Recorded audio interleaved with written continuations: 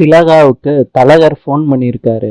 இன்னைக்கு மாப்பிள்ளை பையன் வருவான், முத்தழகுக்கே பேசி முடிச்சிடலான்னு சொல்றாரு தலகர். திலகா சந்தோஷத்துல அவங்க அக்கா படத்துக்கு விளக்கேத்தி வைக்கிறாங்க. முத்தழகு கிட்ட சொல்றாங்க, உன்னை இன்னைக்கு மாப்பிள்ளை பார்க்க வராங்க, தயவு செய்து ரெடியாகு, இங்கேயே இருந்து காலத்தை ஓட்டிடாத, உனக்கு அப்புறம் தம்பி தங்கச்சி எல்லாம் இருக்காங்க அப்படின்னு சொல்லிட்டு போயிடுறாங்க.